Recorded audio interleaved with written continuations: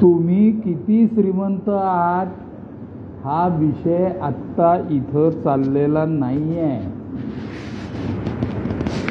आपल्या हातनं समोरच्याचा वेळोवेळी कसा गैरफायदा घेतला गेला आणि आपल्या चुकीच्या वागण्यामुळे त्यांच्या मनांवर किती प्रकारचे ओरखाडे काढले गेले याचा विचार करायची आजच्या तारखेला इथं बसून वेळ आहे. प्रत्येकाच्या जीवनात वेगवेगळे प्रसंग घडले असतील. प्रत्येकाचे पालक, मग ती बायको असेल, मुलं असतील, आई वडील असतील, बहीण भाऊ असतील, हे वेगळे वेगळे आहेत. परंतु मद्यपाश नावाचा आजार हा एकच आहे आणि तो सगळ्यांना कॉमन झालेला आहे. आणि त्या आजाराचं मेन लक्षण म्हणजे it's a disease of denial. मला शेवटपर्यंत वाटत होतं की मी बेवडा आहे पण तेवढा नाही. का रे बुवा, तुला असं का वाटतं? अहो बघा ना, म्हटलं माझी बायको सोडून गेली नाही, माझ्या मुलाचं शिक्षण पूर्ण करणं चाललेलं आहे, मी घर विकलेलं नाही आहे, म्हणजे काय काय झालेलं नाही आहे ह्याची यादी मी करत होतो आणि त्यामुळे फारच उठाबशा काढत होतो. आणि दर वेळेला माझ्या जीवनाच्या वेगवेगळ्या अंगांना मजबूत मार लागत होता.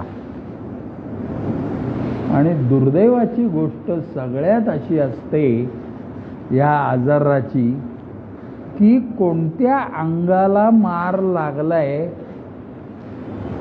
हे आपल्याला समोरच्याला दाखवता येत नाही. स्कूटर मोटरसायकलवरनं पडलो, हात मोडला आणि प्लॅस्टरमध्ये गेला तर तो दिसतोच समोरच्याला. परंतु माझ्या मनाला झालेले घाव, आत्ता मानस जसं सांगत होता, तो घाव आहे ना तुझ्या मनावर. आता हा बाहेरच्या जगामध्ये शनिवारवाड्यावर जाऊन तू सांगायला गेला तर कोणी ऐकेल का रे? तुझं काय आणि माझं काय, कोणाचंच? ह्या गोष्टी बोलायच्याच नसतात बाहेर. पण ह्या गोष्टी अल्कोहोलिक्स अनोनिमसच्या मीटिंगमध्ये बोलायच्या असतात. मला काय होतंय हे जोपर्यंत मी मनमोकळेपणाने म्हणजेच ओपन माइंडने बोलत नाही तोपर्यंत मला व्यसनमुक्त राहायला रस्ता सापडत नाही. मी कसं बोलू, लोक काय म्हणतील, असा जोपर्यंत तुम्ही विचार करताय तोपर्यंत तुम्हाला व्यसनमुक्तीच्या दिशेने गती मिळत नाही. लोक काही का ए साल्या तू दारू पिताना म्हणत होता का रे असं, लोक काय म्हणतील? त्या मंडईच्या इथं केळ्याचे कचरा टाकलेला असतो, तिथं बाजूला तू टाईट होऊन पडला होता, तेव्हा म्हणला का रे तू लोक काय म्हणले असतील? छे छे, मी मंडईत नाही हा पडलो. मग Shanipar. That is what denial is. मी कितीही चुत्यासारखा वागत असलो तरी मी कसा मूर्ख नाहीये हे दाखवण्याचा मी वेळोवेळी प्रयत्न करत असतो. हा आजार आहे मित्रांनो. आजार दारूमध्ये नाहीये. दारू हे माध्यम आहे, गांजा हे माध्यम आहे, सरस हे माध्यम आहे. ओरिजिनल बिघाड जो झालेला आहे तो आपल्या व्यक्तिमत्वात म्हणजेच विचारात झालेला आहे आणि तो काही मला पटत नव्हता, परंतु खूप काळ गेल्यानंतर मी सातत्याने एच्या मीटिंग करत राहिल्यानंतर मला ते कन्व्हिन्स झालं आणि मग अगोदर जे मी फक्त ॲडमिट करत होतो, हो आहे बरं का, मला पण थोडासा दारूचा प्रॉब्लेम आहे. का रे बाबा थोडासा का म्हणतोय? अहो मी थोडीच पितो. हा आजार तू किती दारू पितो, कोणती दारू पितो, किती चिली मोडतो ह्याच्याशी रिलेटेड नसून तू वेळोवेळी तिकडं का ओढला जातो, कसा ओढला जातो आणि तिथं ओढला गेल्यानंतर ती फटाक्याची वात कशी लागते आणि त्यातनं होणारा विध्वंस किती वेळा होतो. मी विध्वंस हा शब्द मुद्दामच वापरतोय बरं का, कारण विध्वंस झाल्यावरच परमेश्वरांनी आपल्या सगळ्यांची गाड घालून दिलेली आहे. माझाही विध्वंस आयुष्याचा तुमचा जेवढा झाला त्याच्यापेक्षा थोडाफार अधिकच झाला असेल किंवा कमी पण झाला असेल, पण आजाराचं स्वरूपच असं आहे की माझी किती मारली गेली आहे ह्याच्याकडे माझं काही दिवसानंतर दुर्लक्ष होतं. मी ते विसरतो. माझा हात फ्रॅक्चर झाला होता, ते प्लॅस्टर काढलं, फिजिओथेरपिस्टनी जरा व्यायाम करायला सांगितला आणि माझा हात ठीक झाला. मला स्कूटर चालवता यायला लागली, मोटरसायकल चालवता यायला लागली. ती मला वाटतं मी आता बरा झालो. आजाराच्या बाबतीत तसं बरा होणे ही कन्सेप्ट नाही आहे. आजार हा परमनंट आहे. माझ्या मनामध्ये जे काय बिघाड झालेले असतात ते कायमस्वरूपी झालेले आहेत. मग ह्या आजाराला औषध नाही का? तर मला असं सांगितलं होतं, तुला जर डायबेटीस असेल तर डायबेटीसला डॉक्टर साहेब काय करतात, ती गोळी घेतात आणि कधीपर्यंत घ्यायची असते ती गोळी? हां, कायमची, म्हणजे मरेपर्यंत घ्यायची असते. बघा डॉक्टर सांगतायत, ते मी नाही सांगत आहे. मग नाही घेतली तर काय होतंय? शूट होईल शुगर, परत चक्कर येऊन पडशील आणि परत कधी कुठे पडशील सांगता येत नाही. बरोबर ना? मग त्याच्यावर उपाय म्हणजे रोज एक गोळी डॉक्टरनी सांगितलेली घ्यायची आणि वेळोवेळी त्यांच्याकडे ते BSL घेऊन जायचं, शुगर चेक करायचं आणि एकदा त्यांची काय असेल ती 100-500 रुपये फी द्यायची आणि मी ठीक आहे याच्यात समाधान मानायचं.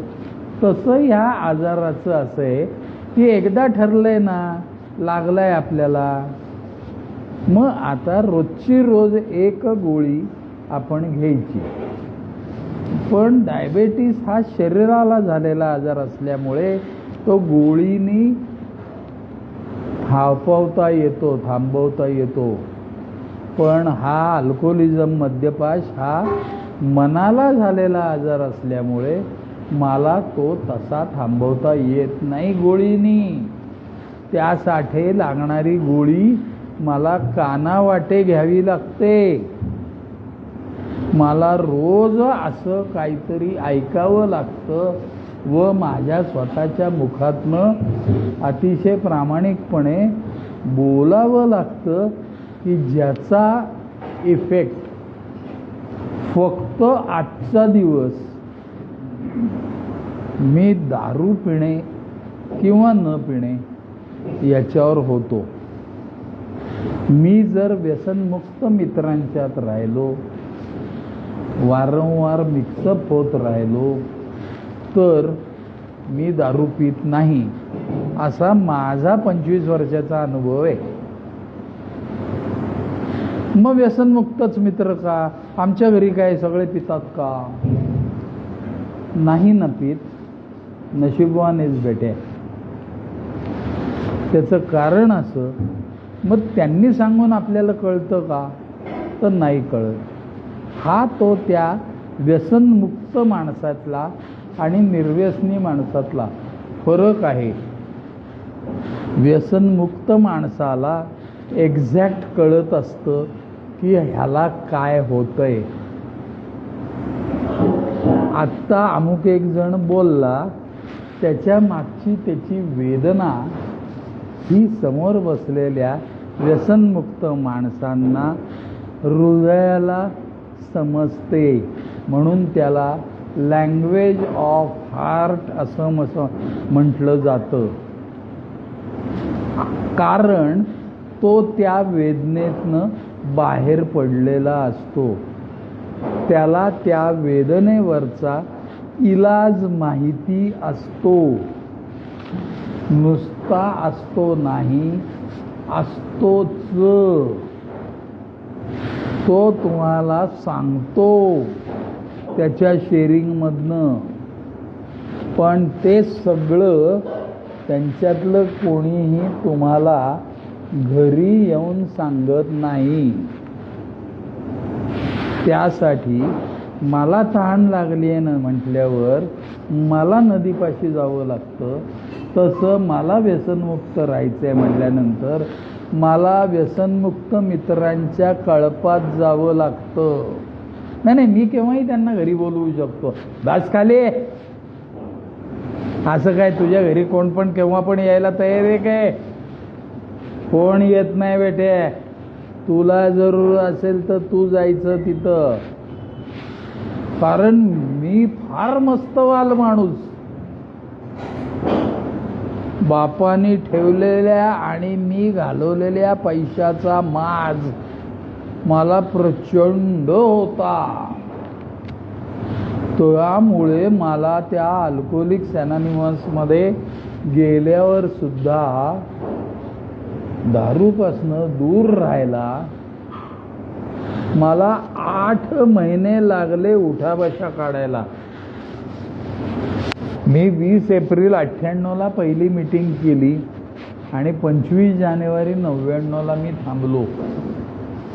म्हणजे किती काळ गेला बघा.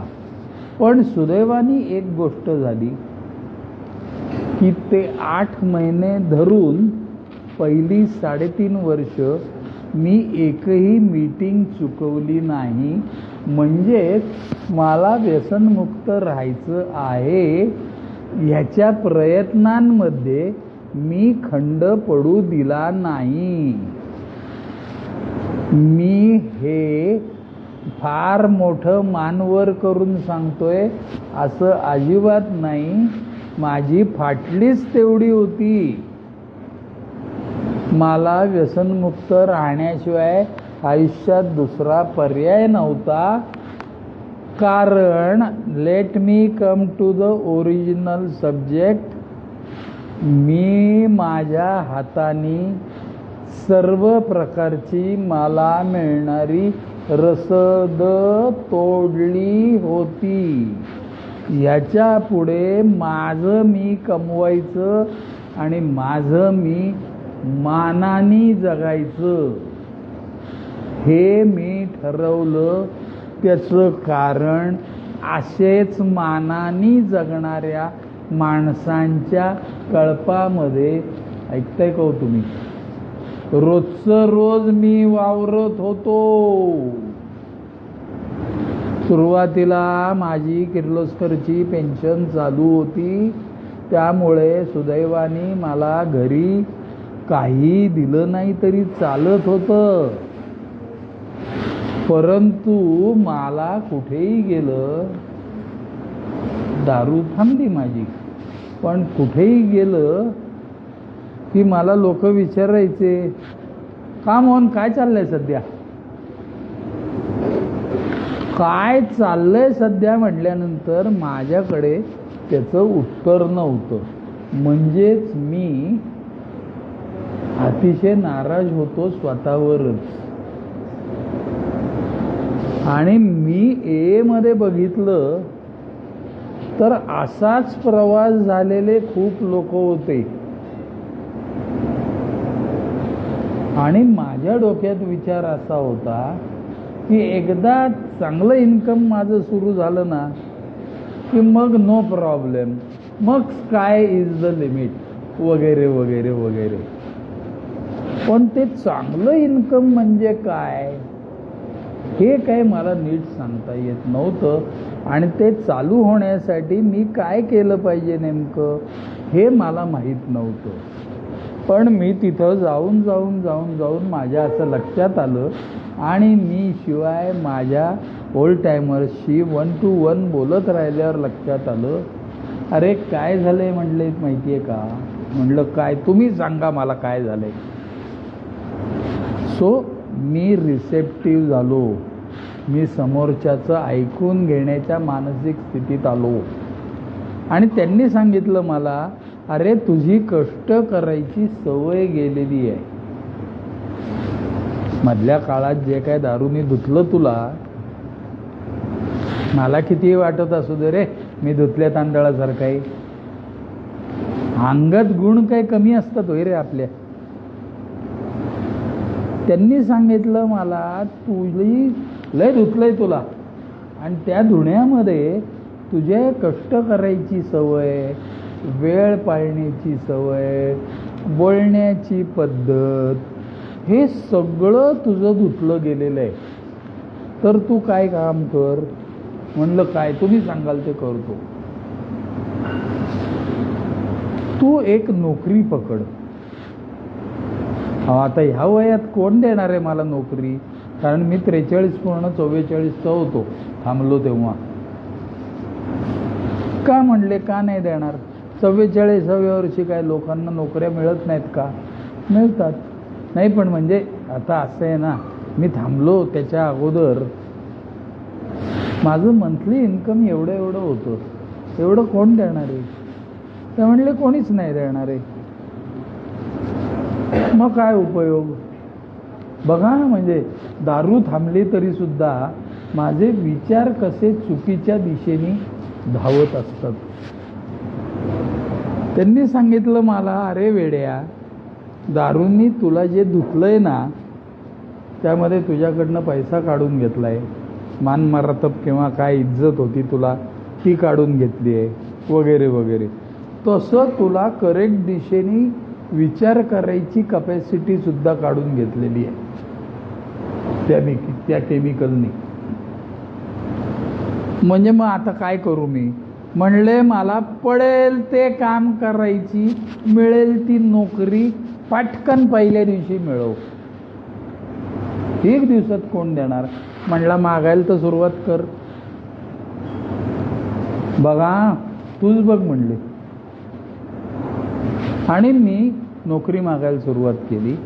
मला 20 रुपये रोजाची एक नोकरी मिळाली आणि मी फार नाराज झालो. शायला 20 रुपये रोज वयाची 44व्या वर्षी. की ज्यांनी एकेकाळी त्या सॉफ्टवेअरच्या माध्यमातनं काही लाख रुपये महिना कमवत होतो मी सलग. त्यांनी मला सांगितलं, बघ दारूंनी काय काय धुवून नेलंय तुझ्याकडनं. पण एक लक्षात ठेव म्हणले. म्हणलं काय. कालपर्यंत किती पैसे मिळवत होतास. म्हणलं 0. आज किती मिळाले. म्हणलं 20. मग 0 मोठं का 20 मोठे. म्हटलं 20 मोठे. लाख का मला. त्यांनी सांगितलं ना, मला काय सांगायचंय, मी कोणाचं तरी ऐकायला लागलो. माझी श्रद्धा बसायला लागली लोकांच्या. आणि यशस्वी असतात अहो माणसं ही सगळी. आणि मला जर माझ्या आयुष्यात यशस्वी व्हायचं असेल तर सगळ्यात सोपी युक्ती काय असेल, ती म्हणजे यशस्वी कलाकाराचा शर्ट धरून चालायला लागणे. तो जसं वागतोय, तो जसं बोलतोय तशी अगदी कॉपी टू कॉपी असं न करता. आता हे डॉक्टर साहेब आहेत. मला त्या डॉक्टर साहेब म्हणजे डॉक्टरकीतलं मला काही कळत नाही. मग मी डॉक्टरचा कोर्स करायचा का आता. तर नाही. पण ते जसं वागतात बोलतात, त्यांनी स्वतःत जे बदल केले तसे बदल मी माझ्यात करायला सुरुवात करायची. हे केल्यामुळे मला त्या डॉक्टर साहेबांसारखं व्यसनमुक्त राहायला मदत होते. आणि एकदा व्यसनमुक्त राहायची गोडी लागली ना की माणूस आपल्याला कुठं थांबायचं ते नाहीतरी कळतच नाही ना. कुठं थांबायचं हेमंतराव आपल्याला कळत असतं तर तुमची माझी ओळखच झाली नसती. मग एकदा त्या व्यसनमुक्त राहण्याची गोडी लागली ना की मग काय संदीपराव दिल मांगे मोर और मांगताय और मांगताय और मांगताय. ही नशा आहे एक प्रकारची व्यसनमुक्त राहण्याची. पण त्याचा सुद्धा मधनं कंटाळा येतो. मग कंटाळा आल्यावर काय करायचं? कंटाळा आल्यावर काय करायचं? गावभर फिरायचं आणि आपल्यापेक्षा दुःखी माणसं दारूत अडकलेली शोधून त्यांना मदत करायची.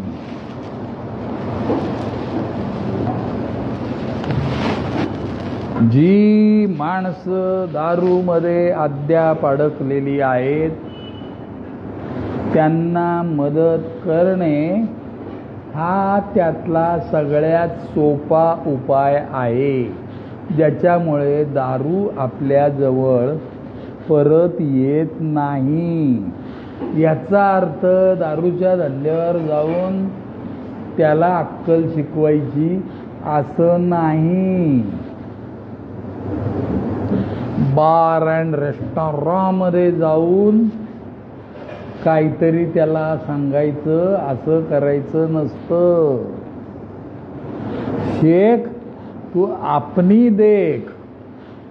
अगोदर आपण स्वतः सेफ झोनमध्ये आहोत ना अशी खात्री करून मग दुसऱ्याला मदत करायला जायचं असतं. दुसऱ्याला मदत करायला जाताना सुद्धा एकट्याने कधीच जायचं नसतं. आपल्या आधी थांबलेल्या मेंबरला बरोबर घेऊन मगच तिसऱ्या माणसाला मदत करायला जायचं असतं. ही नॉर्म्स जो माणूस पाळतो तो परत दारूकडे ओढला जात नाही.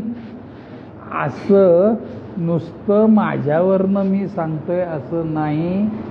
या 25 वर्षामध्ये मी 2500 मोहन बघितलेला माणूस आहे की ज्या 2500 माणसांनी हा फॉर्म्युला वापरून स्वतःचं जीवन बदललेलं आहे आणि ते कालच्यापेक्षा आज अधिक समाधानाने व आनंदाने जगत आहेत.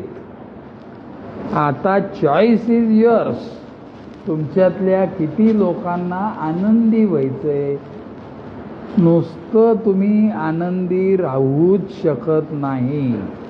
आनंदी राहायचं असेल तर फक्त आजचा दिवस या हिशेबाने तुम्हाला व्यसनमुक्त राहायला लागतं. व्यसनी माणूस कधीही आनंदात नसतो. तुमच्यातल्या कोणीही सांगावं मला की फुल टाईट मी असायचो आणि तरी मी आनंदात असायचो. कोण? तू असायचा का रे? तुम्ही हो? तुम्ही का रे? तू हेमंतराव एवढे पैसे त्याच्या आईला एवढे फुल खंबे समोर ठेवलेले असताना का नाही आनंद? इनामदार का नाही आनंद? कारण आपण वागतोय हे चुकीचं वागतोय असं सतत आपल्याच मनाला जाणीव असते. बरोबर बोलतोय का मी? मग आपणच जर आपल्या मनाला फसवत असू तर आपण आनंदी कसे असू शकतो? आपण आनंदी असूच शकत नाही. Am I correct? कसे असणार आपण आनंद? नाही. अरे तुझा नाव आनंद असलं तरी तू आनंदी नाही. मग आता काय करायचं? तर आपला आनंद कशात आहे हे शोधायचं. मग आपला आनंद कशात आहे?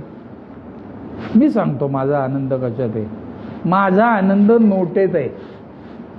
तादिन्यांना तादिन्यांना तादिन्यांना पैसे कमवण्यात आनंद आहे. मग पैसे कसे कमवायचे? म्हणजे आनंद नोटेत आहे म्हणजे काय? पैसे वाला होण्यात आनंद आहे. मग मी पैसे मिळवू शकत नाही का?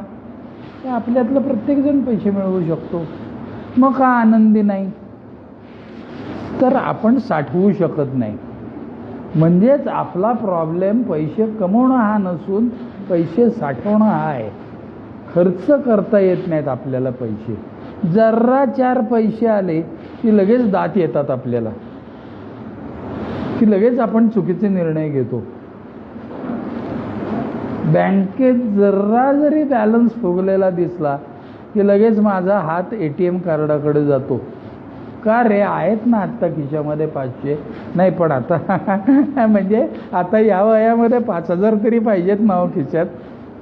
अरे ती 500ची नोट तुझी 50 दिवस झाले खर्च नाही झालेली आणि 5000 खिशात ठेवून काय करणार आहे तू? हे काही मला कळत नव्हतं. कारण माझ्या मनामध्ये फिलिंग ऑफ इनसिक्युरिटी होती. सतत पुढे माझं कसं होणार ह्याची चिंता मला रोजची रोज सतावत होती. त्याचं उत्तर मला त्या अल्कोहोलिक्स अनॉनिमसमध्ये जाऊन झालं. कसं काय? तिथं मला एक चांगलं वाक्य ऐकायला मिळालं. ते म्हणजे, अरे गाढवा, आयला मला कोण म्हणते गाढव? म्हणून का होईना मी लक्ष देऊन ऐकायला लागलो. अरे गाढवा, आता तुझं आयुष्यात काहीही वाईट होणार नाहीये. तुम्ही कशावरनं सांगताय? तुम्ही काय पत्रिका बघितली का माझी? असलं काहीतरी बोलायचं मी. त्याचं कारण आता तुझ्या आयुष्यात वाईट होण्यासारखं काय राहिलेलंच नाहीये. सगळं वाईट झाल्यावर आता तू थांबलेला आहे. हे वाक्य मी तुमच्यातल्या प्रत्येकाला म्हणतोय बरं का. क्षणभर विचार करा. मन किती स्पीडने विचार करतं मला माहिती आहे आणि तुम्हालाही माहिती आहे. काय वाईट व्हायचं राहिलंय रे तुझ्या आयुष्यात? बोला. आहे का कोणाकडे उत्तर? इनामदार? हो पडवळ साहेब? मानस?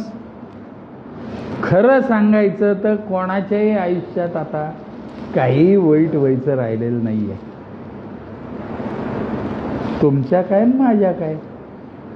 म्हणून तर आता चांगलं घडण्यासाठी आणि ते एकमेकांचं चांगलं घडलेलं बघण्यासाठी आपण एकत्र राहिलं पाहिजे. म्हणजेच काय केलं पाहिजे? ऐकतोय का रे? दुसऱ्याच्या आनंदात आनंद मानता आला पाहिजे. बाज झाला आता तेले भंगारी. मला माहिती ना त्याच्या खाली किती अंधारी. तुझं बघ ना बेट्या. हा मग बरोबर आहे ना. शेख तू आपली देख. तू कशाला दुसऱ्याच्या खालचा अंधार बघायला जातो बेटे? तुला काय अट्रॅक्शन आहे अंधाराचं एवढ्या? आता पुढे तुझ्या जीवनात जो चांगला प्रकाश पडणार आहे, रादर पडायला सुरुवात झालेली आहे. तुम्ही विचार करा ना रे, सकाळी 6चा प्रकाश, सूर्यप्रकाश, सकाळचा 6चा प्रकाश, सकाळी 7चा प्रकाश, सकाळी 8 वाजताचा प्रकाश आणि सकाळी 10 वाजताचा प्रकाश, ह्याच्यामध्ये डोळ्यासमोर आणा, याच्यामध्ये किती क्लॅरिटी असते. 6 वाजता जेवढं दिसत नाही त्याच्यापेक्षा 7 वाजता अधिक स्वच्छ दिसायला लागतं की नाही डॉक्टर साहेब, का नाही? मी चुकतोय असं कोणाला वाटत असेल तर कृपया हात करून वर करून मला थांबवा.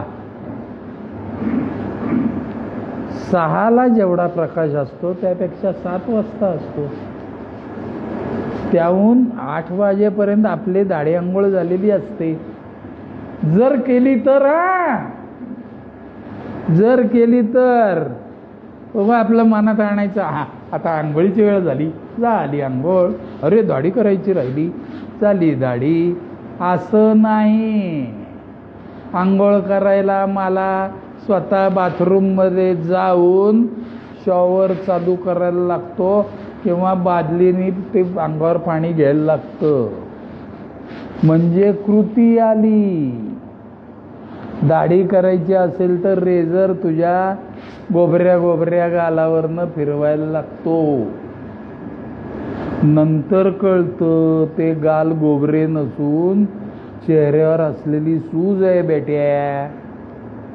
दारूच एवढी वर्ष पिला खंडीवर, ती सूज कशी उतरणार?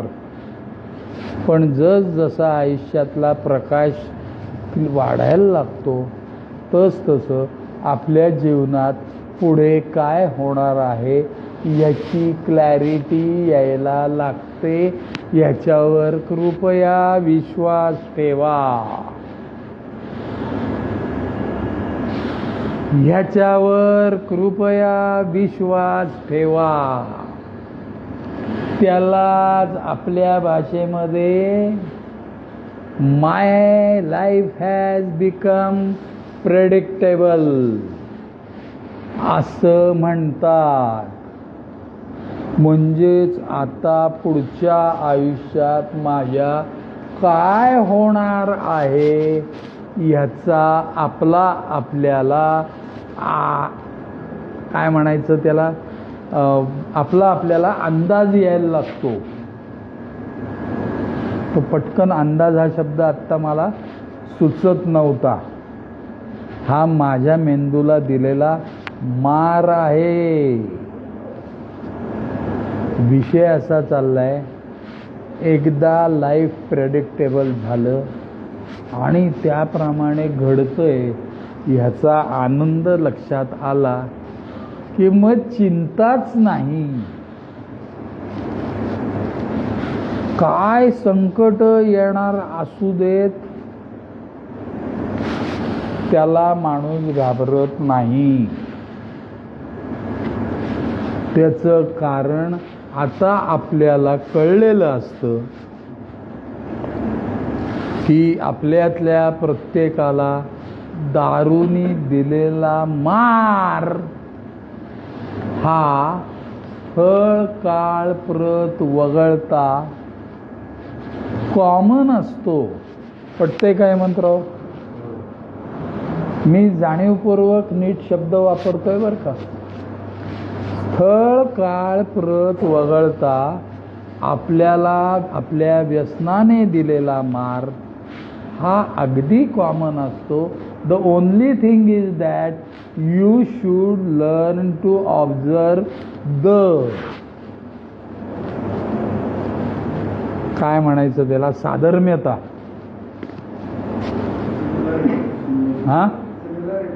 सिमिलॅरिटी, बरोबर, ही ऑब्झर्व करता आली पाहिजे. तसं थांबलेल्या नंतर दारू व्यसन काय असेल ते थांबल्यानंतर तुमच्या जीवनात येणाऱ्या सर्व प्रकारचे चटके, फटके, आनंद, अति आनंद, सर्व प्रकारच्या गोष्टी ह्या स्थळ काळ प्रत वगळता अगदी कॉमन असतात. त्यामुळे आपल्याला ते ऑब्झर्व करण्यासाठी आपल्या अगोदर थांबलेल्या व्यसनमुक्त मित्रांच्यात डे टू डे लाईफमध्ये वावरण्याची गरज असते. म्हणजे आपल्याला अंदाज येतो की आता पुढं काय होणार आहे आपल्या आयुष्यात. घटनांबद्दल बोलत नाहीये मी, मिळणाऱ्या आनंदांबद्दल, येणाऱ्या अडथळ्यांबद्दल बोलतोय मी. स्थळ काळ प्रत वगळता घडणाऱ्या घटना, बदलत जाणारी मानसिकता ही अगदी कॉमन असते. आणि त्यावेळेला मी माझी मानसिकता कशी सावरायची हे ट्रेनिंग मला आपणे आप मिळायला लागतं. म्हणून व्यसनमुक्त मित्रांच्यात सातत्याने वावरणं अतिशय गरजेचं असतं. मीटिंगची वेळ संपत आलेली आहे. आजची मीटिंग जशी आपण ठीक वेळेला चालू केली तसं ठीक वेळेला संपवायची असते. पण माझे पाय मीटिंग सुरू व्हायच्या आधी आज तुम्ही जसे 5 मिनटं अगोदर इथं येऊन बसला होतात तसं एच्या मीटिंगला सुद्धा मी 5 मिनटं अगोदर जाऊन बसलं पाहिजे. त्याचं कारण असं की हा आजाराचा अजून एक पैलू असा आहे की जो मला माझं शरीर जिथं आहे तिथं मन ठेवू देत नाही. जिथं माझं मन आहे तिथं माझं शरीर नसतं असं मला तुम्हाला सांगायचं आहे. म्हणून त्या पहिल्या 5 मिनटामध्ये मला शरीर आणि मन एकत्र आणण्यासाठी मदत होते. मी तरी जेव्हा जेव्हा आता मी हल्ल्या आठवड्यातनं एखादीच मीटिंग करतो, पण इतकी वर्ष झाली मी मीटिंग करतोय. मी कायम मीटिंग सुरू व्हायच्या अगोदर 4 ते 5 मिनटं वर्गामध्ये नक्की असतो. मीटिंग सुरू झाल्यानंतर मी मोबाईल सगळं ते बंद करून टाकतो. कारण मोबाईल आपल्यासाठी आहे, आपण मोबाईलसाठी नाही. मी मीटिंग अटेंड करतोय कारण it's a question of my survival. त्याच्यामध्ये कोणीही यायचं नाही. तू ICUत असताना तुला जर ऑक्सिजन लावलेला असेल आणि विनायक सारखा जवळचा मित्र आला तर तू त्या ऑक्सिजनच्या नळ्या बाजूला करून ये रे ये विनायक काय म्हणतो कसं आहे असं करून गप्पा मारशील का? नाही मारणार. का रे नाही मारणार? अरे गुदमरशील तू, मरशील साल्या. तसं मीटिंगच्या वेळेला ते ऑक्सिजनवर ठेवल्यासारखं आपलं लक्ष समोरचा काय बोलतोय ते त्याच्या नजरेत नजर घालून ऐकायचं असतं. तरच ती लँग्वेज ऑफ हार्ट आपल्याला समजते आणि मग त्याचा आपल्याला उत्तम परिणाम साधता येतो असा माझा अनुभव आहे. मीटिंग संपायला अजून 7 मिनटं आहेत. मी आता थांबतोय. कोणाला ह्याच्यावरती काही प्रश्न असतील तर मनमोकळेपणाने विचारा रे. या ठिकाणी कोणी कोणाला हसायला जमलेलं नाही. आपल्या घरी आणि नातेवाईकांच्यात व समाजात हसणं झालेलं आहे म्हणून आपल्याला इथं यावं लागलेलं आहे. So be cautious and ask me anything very frankly. चला बोला.